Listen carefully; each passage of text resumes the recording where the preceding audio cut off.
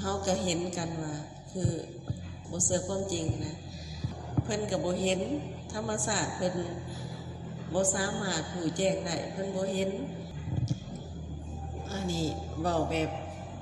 ธรรมศาสตร์ไม่ผ่านเนาะ4ของจังซี่ผู้ใดได้มันจังได้ผู้ใดมีจังมีผู้ใดเป็นจังเป็นผู้ใดเห็นจังรู้แม่นบ่เพราะว่ามันบ่แม่นเรื่อง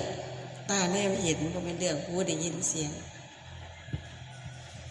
คันเว้าตามความเป็นจริงเนาะมันมีหางขอ1ย้อนบุญเก่า2กุศลเก่า3บารมีเก่า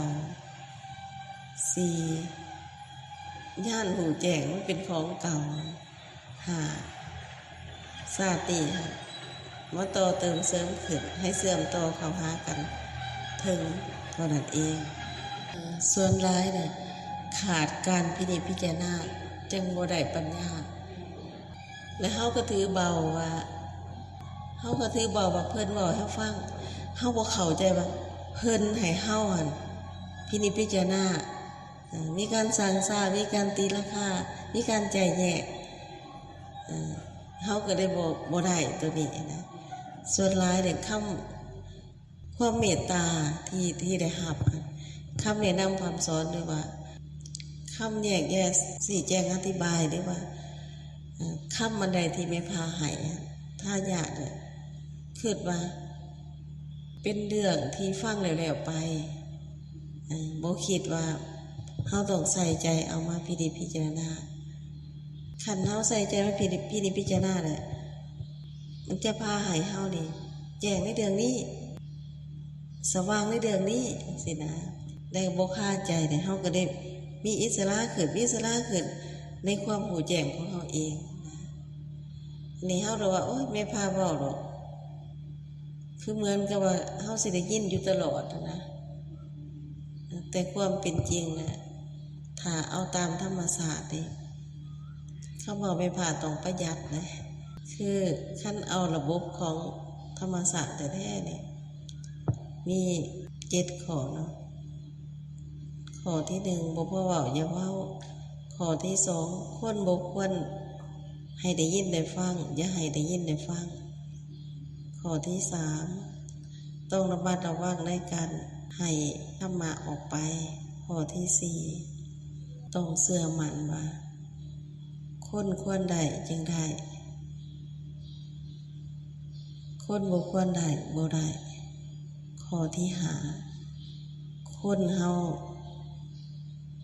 หน้าบางต่างกันตื่นดึกต่างกันข้อที่6คันเฮาให้ไปละสะไรซ่ายเฮาก็เสื่อมเฮาก็เสียหายเขาก็บ่ได้รับประโยชน์ข้อที่7คันเฮาเป็นผู้หูแท้เฮาต้องระมัดระวังสูงเฮาต้องเชื่อมั่นว่าเขาเอาบ่ได้ให้ไปมันก็เสีย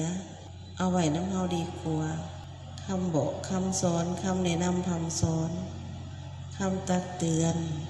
มันเหมือนกับเฮาวานสิ่งหนึ่งลงใส่ให้คนเก็บคนบ่เก็บมันก็เสียหายซื่อๆแต่ธรรมศาสตร์ก็ลงโทษเฮาวานสิ่งดีๆนะลงใส่ดินให้คนเก็บคนบ่เก็บมันก็เสียไปซื่อๆที่จริงธรรมศาสตร์เคยบอกสอนเฮาระวังในการสอนคนนี่บ่ควรสอนถึงขั้นนี้คนนี่บ่ควรให้หูเรื่องนี้เขาสิเอาไปเป้าแบบบ่ฮู้ภาษาคันเดึกเขาหูบ่ได้เพราะเขามีสิ่งปิดกันหนาแน่เขาไล่แต่ขันพื้นฐานขันว่าทำดีทำบุญช่วยเหลือตนเองตั้งอกตั้งใจ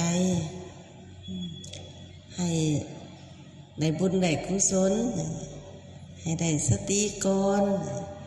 บ่ต้องไปเว้าเรื่องที่มันดึกเขาบ่จักหรอกโตเขาเองก็ยังบ่จักทางนี้เห็นไปก็อยากเว้าในเวลาที่ธรรมศาสตร์สอนเจ้าของได้เจ้าของก็โอ้ยอยากให้ผู้อื่นได้ยินได้ฟัง อันผู้อื่นเห็นแม่นไผก็อย่านั่งน้ำกันนี่คือผู้ที่ควรได้ยิน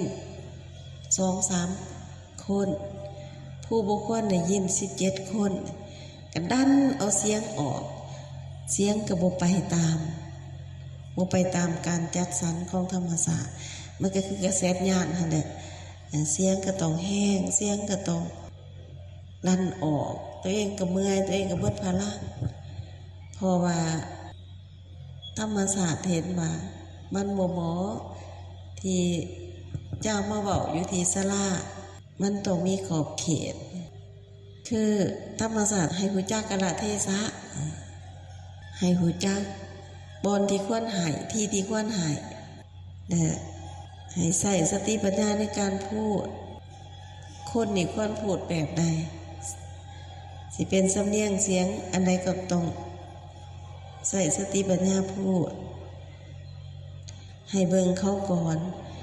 เขาควรหับเสียงอ่อนก็ต้องอ่อนเขาควรหับเสียงแข็งไปไหนก็ต้องแข็งไปไหนเขายังหยาบเขายังปึกยังหนาเขาหับอ่อนบ่ได้สิบังคับให้ตัวเองเป็นมันบ่ได้นะต้องแบบพูดแบบซาบาดไปแน่จังสิพอเขาหับได้เข้าใจหูเรื่องผู้ที่ควรอ่อนต้องอ่อนต้องนอกต้องพร้อมที่จะหายได้ทั้งเมื่อที่เฮาหูก็ได้จังสินะเฮาเอาผู้หนึ่งมาร่วมกันมาเสดียอยู่ตลอดนะตัวนี้เนี่ยมันเป็นเรื่องที่เจ็บปวดเองเฮาเป็นผู้หูเฮาต้องหูประมาณในการหาย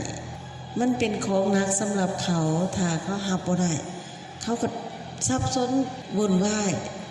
เขาก็อยากหาอีกจักเป็นเว้าหยังคอยต้องการเรื่องฐานะดีขึ้นเขาบ่ต้องการธรรมะขันผู้ฮู้คอยต้องการให้สามีคอยดีคอยถูกใจเรื่องนี้เฮามีแบบนี้เพื่อประโยชน์แก่ทุกตนทุกคนทุกฝ่าย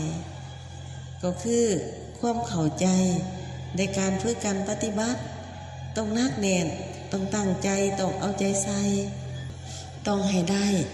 ต้องให้ในมาตรฐานดีขึ้นทุกคนต้องในมาตรฐานดีขึ้นต้องหู้ต้องเข้าใจถึงตัวเองต้องพยายามแก้ไขเฮามานี่เฮามาแก้ไขเฮามาเปลี่ยนแปลงมันจำเป็นนะเฮามาเป็นผู้ใหม่บ่แม่นเฮามาเป็นผู้เก่าเฮามาเพิ่มสิ่งดีงามขึ้นเฮามาลดพรสิ่งบ่ดีบ่งามสิ่งบ่ดีบ่ชอบเฮามาเอาออกเฮามาถอกเททิ้งเฮามาเพิ่มให้เฮามีสติเฮามาเพิ่มให้เฮามีความระลึกทีมีความรู้สึกต่อเนื่องเฮามาฝึกเพื่อเป็นการตอบเอาเฮาเข้ามา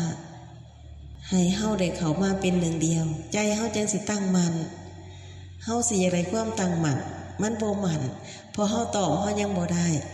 เฮามาฝึกเพื่อให้ระลึกรู้สึกควบคู่เพื่อให้ระลึกไล่ทีต่อเนื่องเพื่อให้รู้สึกตัวตลอดเพื่อให้พิจารณาได้เพื่อให้ปิดเรื่องตัวเองเรื่องทางบ่ดีทางบ่แม่นไฟมีความสุขมีความเจริญเฮามาเปิดเข้าหาพระของเฮาพระธรรมศาสตร์ของเฮา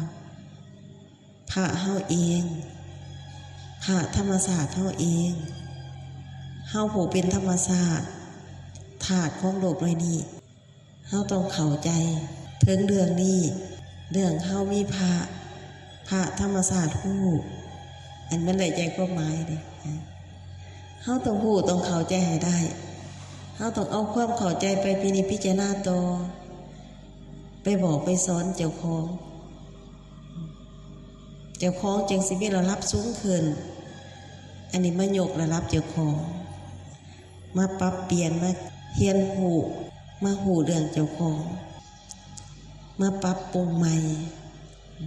ให้กายวาจาใจเฮาสะอาดบริสุทธิ์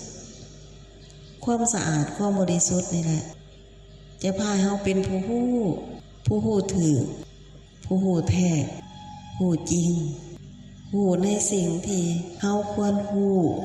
เฮาควรได้เฮาควรเห็นเฮาควรเป็นพระเฮาบ่เคยฮู้เรื่องเป็นพระบัดนี้เฮาสิฮู้เรื่องว่าเฮาเป็นพระเมื่อก่อนเฮาเป็นคนดีแท้เฮาก็เป็นมนุษย์บัดนี้เฮาสิฮู้เรื่องเฮาเป็นพระเฮาสามารถพัฒนาเฮาได้เฮาสามารถช่วยเฮาเองได้ให้เฮาสูงขึ้นให้เฮาสะอาดบริสุทธิ์ความสะอาดบริสุทธิ์นี่แหละเฮาสิเป็นผู้หูหลายขึ้นหลายขึ้นหลายขึ้นญาณเฮาจึงแจ้งญาณเฮาจึงสว่างเฮาจึงได้เพิงญาณเฮาจึงได้เพิงพระเฮามันมีสายเขาหากันเป็นขันเป็นลำรับเฮาก็กลับเข้าสู่ธรรมศาสตร์ได้หมดบาปหมดกรรมหมดเวรนำกันหมดโทษนำกันจบงามมีแต่สิ่งดีงามเกิดขึ้นได้เป็นคนใหม่เป็นพระอริยเจ้าอริยบุคคลมันก็ได้ใจความหมายจุดประสงค์ของเรามาเต่าโฮมกันเพื่อเรื่องนี้เรื่องช่วยเฮาแท้ๆเรื่องช่วยเฮาจริงๆสิ่งประเสริฐเกิดขึ้นเฮาก็เป็นผู้ประเสริฐแม่ผู้ประเสริฐพ่อผู้ประเสริฐลูกผู้ประเสริฐมากบ่มากในธรรมเอาเจ้า